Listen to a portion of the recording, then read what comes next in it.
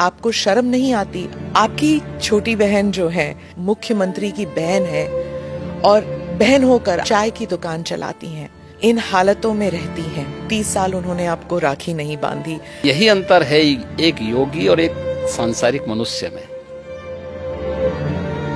देखिए, मैं कई वर्षों के बाद गया था जी। मेरे पिताजी का जो है देहांत 2020 में हो गया था। मैं उससे पहले उनसे या अपने परिवार के लोगों से कई वर्षों से नहीं मिल पाया था। संयोग से कोरोना कालखंड प्रारंभ हो चुका था, लॉकडाउन प्रारंभ हो चुका था, तो उनके अंतिम संस्कार कार्यक्रम में मैं भाग नहीं ले पाया था। आपके पिताजी के? हाँ। तो मुझे जब गत वर्ष अवसर मिला था तो मैं अपनी माँ से मिलने के लिए जरूर गया था। तो स्वाभाविक रूप से एक माँ और पुत्र के बीच में जो संवाद होने चाहिए वही संवाद नहीं हो पाया। आप उनके अंतिम संस्कार के लिए नहीं जा पाए, पर जब वो आपसे मिलने आते थे, आप उस वक्त चीफ मिनिस्टर थे, तो वो एक आम नागरिक की तरह आते थे, सीएम के पिता के रूप में नहीं आते थे। नहीं, यहाँ वो कभी नहीं आए। वो मुझसे मिलने के लिए मेरी एक बार उनसे मुलाकात हुई थी नजीमाबाद में, और नजीमाबाद में मैं एक चीनी मिल के उद्घाटन में गया था। तो भाषण करते हुए मैंने देखा सामने जो है कोई बैठा है, तो मैं पहचान गया उनको। मैंने कभी तो मेरे पिताजी हैं लगता है। तो सभा के बीच में बैठे हुए थे।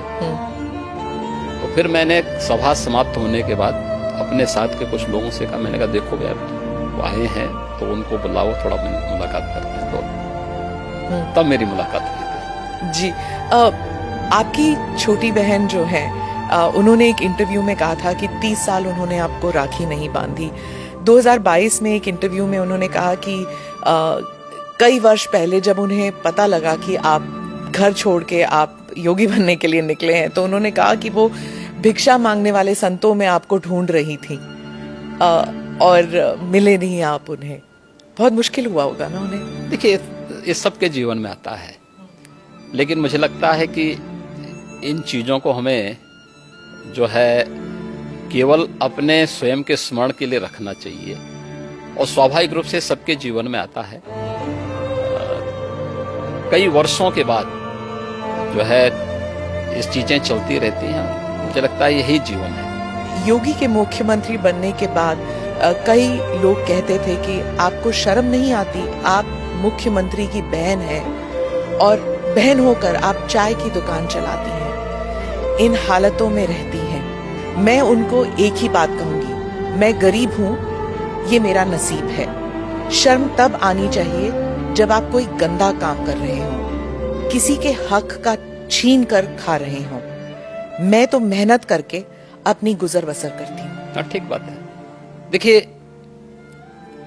व्यक्ति को कभी भी धन और वैभव संतुष्टि नहीं दे सकती है, और मुझे लगता है कि सबसे बड़ा योगी वह है जो स्वयं की मेहनत से संतुष्ट है, स्वयं के परिश्रम से संतुष्ट है। दूसरों की मेहनत से कुछ प्राप्त करना और फिर उसको छीन लेना, ये तो डकैती है।